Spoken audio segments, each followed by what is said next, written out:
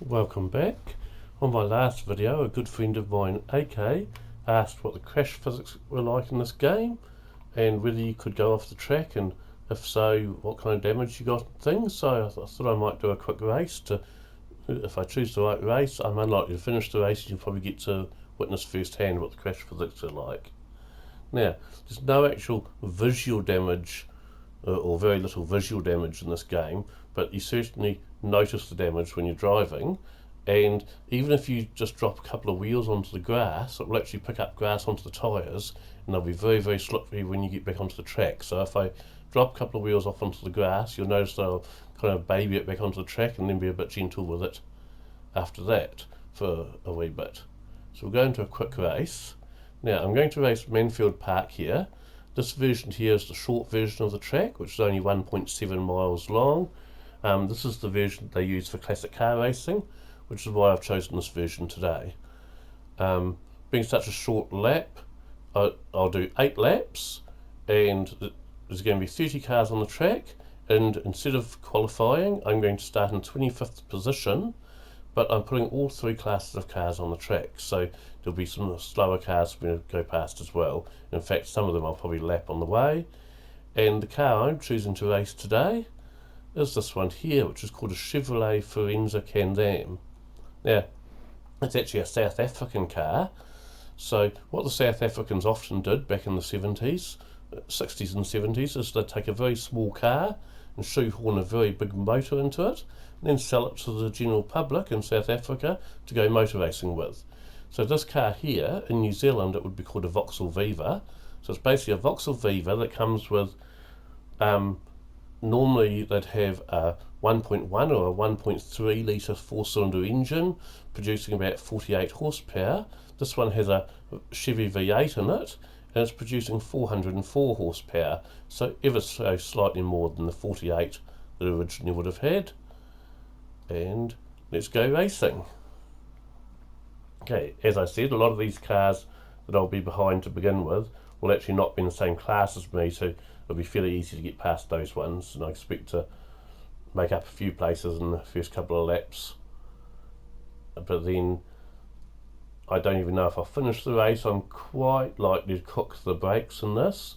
Now with this game, like if you rev the engine too high, you can blow it up.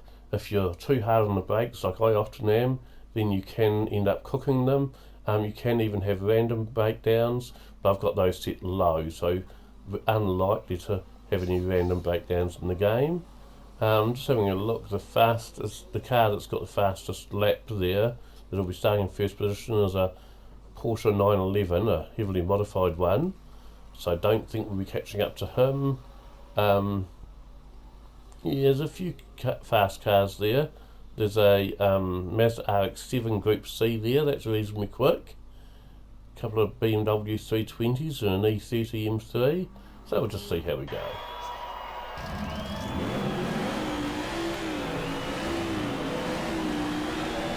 So Mini Marcos in front of me, and a little Austin Healey Sprite beside him, and a Mark 1 Katrina that was started alongside me.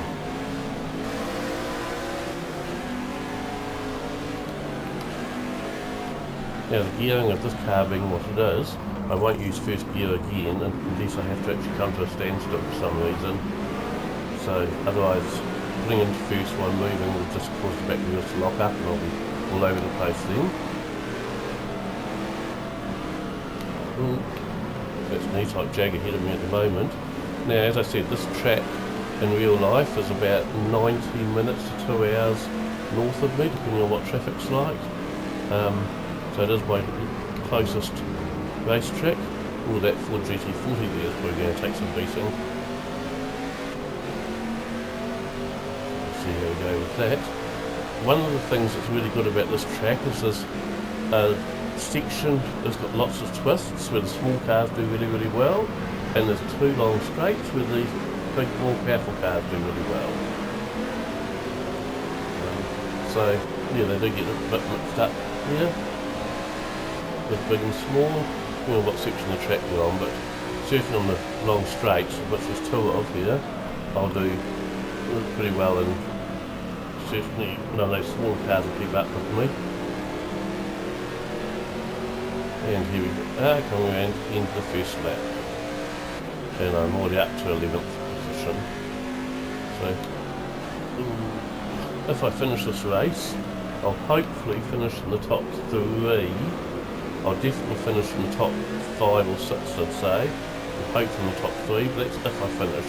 I do tend to have a habit with this track and this car combination of clicking the brakes quite often, because just through these twisted sections you're using the brakes quite a lot, so then when you reach the end of those long straights, sometimes you apply the brake and discover that you don't have it. It's not the best.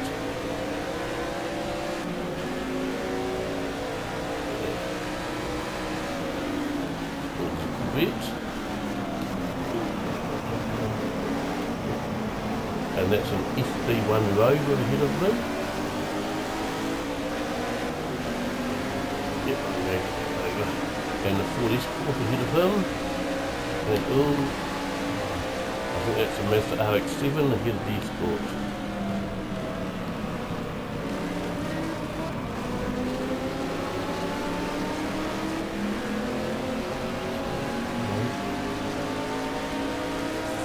Nice to see a very clear track there. You'll also notice that as the race carries on, my braking points will start sooner and sooner before the corner, because the brakes as they hotter will start to not work so well, and you have to start braking earlier as the race progresses. That's one of the things I really like about this game, is the fact that it does work like that. Your brakes do wear out during the race, as do your tyres, and you can pit stop, but in an 8-lap race there's no way I'm going to.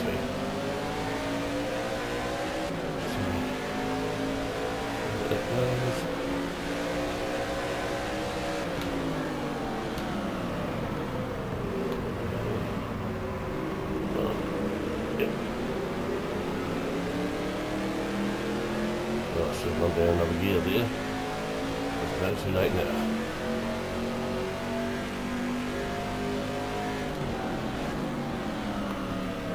This is the corner here, which is quite a tricky one. It is a full speed corner in some of the slower cars, but definitely not in this car. But it goes up towards the outside of the curve. So although there's sand on the outside of the curve, sometimes you can almost get airborne, or you can get airborne, and miss about half the sand trap. If you go off at that corner, you're in mid-air, so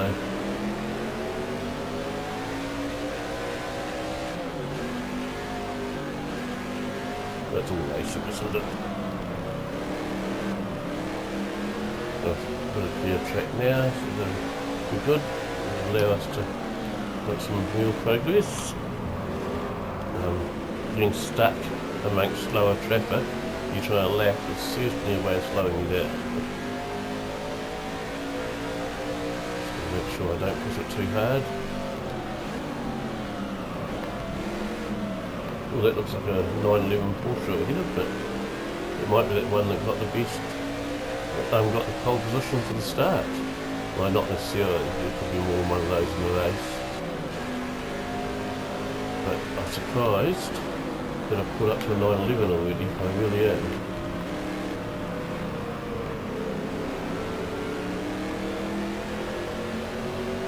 So they're normally pretty quick, those 911s. Position 3, and fastest lap time.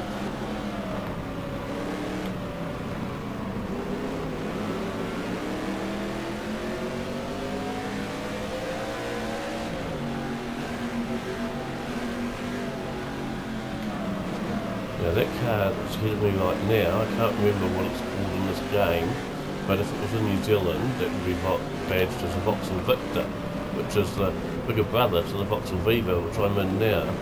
So that'll be running probably a 3 litre, oh no, it might even be a bigger than 3 litre, it might be a 4.1 straight 6 or something like that.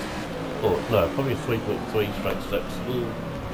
So yeah, it'll be a straight 6 engine in that one. So not as powerful as my V8.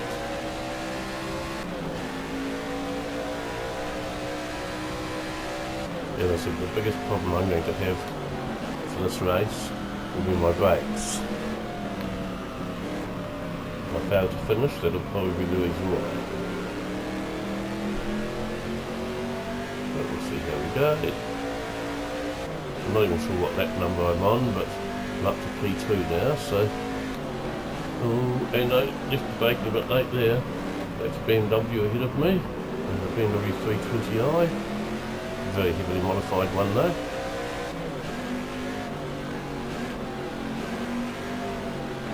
He's probably in P1, so I'm good if I can catch up to him. And these slower cars might just allow me to do that.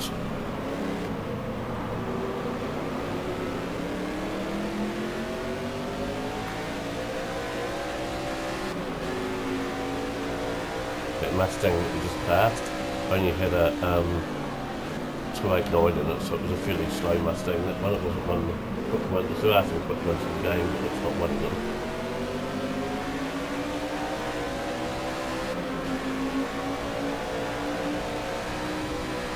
I think I'm now on P1. We'll find out in a minute. Oh, come on. Last thing I need is a traffic jam right there. Okay.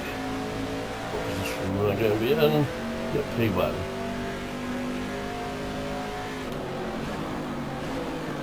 No. Right, okay. So, that's going to be my race over. If I go quit here, you'll see if I find my car there. Yeah, there you go. You see, I've cooked my brakes. So I did get up to P1 momentarily, but I cooked the brakes. So that was my race for the day. And let's see if any other cars failed to finish. Oh yes, the little Isuzu Ballot blew up the engine. So there were two of us that failed to finish that race. Well, okay, that was for you, so you could see what the crash physics were like. You didn't really see them. It wasn't a spectacular crash.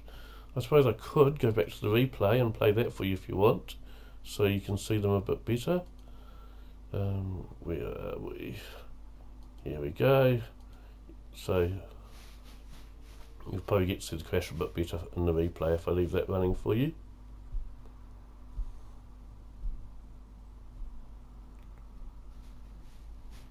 Come on. Okay, play.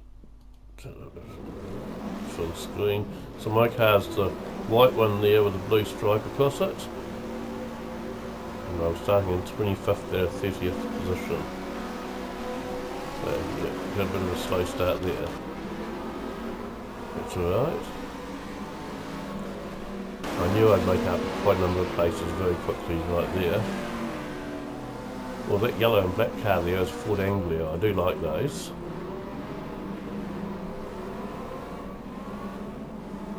I have got one of those in my garage in this game, but it's not a very fast car. It's in the slowest class, so don't race it that often.